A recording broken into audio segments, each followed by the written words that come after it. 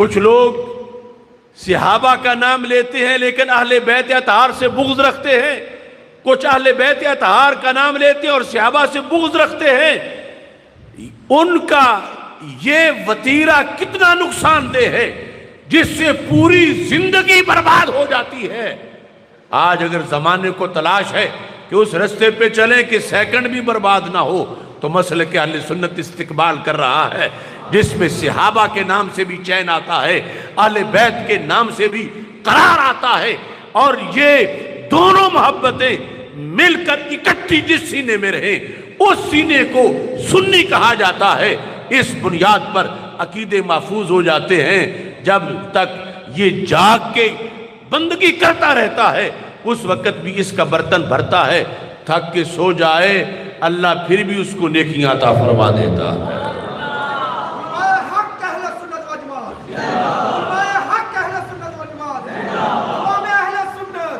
عقیدے کا اتنا دخل ہے، اور اہل سنت کے جو معتقدات ہیں اتنے نور نلا نور ہیں کہ جہاں کسی جہت میں بھی کوئی کمی نہیں، کوئی کھوٹ نہیں، اور سب عقائد اللہ کے فضل سے قرآن و سنت کی روشنی ہے۔ اب اسی میں چونکہ زیادہ لوگ عوام سے تعلق رکھتے ہیں، میں سادہ سی مثال حدیث شریف سے عرض کر رہا ہوں۔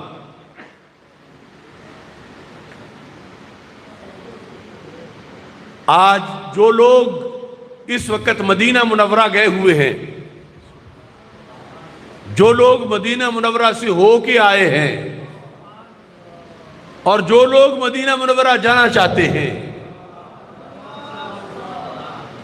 اگر اہل سنت ہیں تو ان کا طرز تکلم کیا ہوتا ہے؟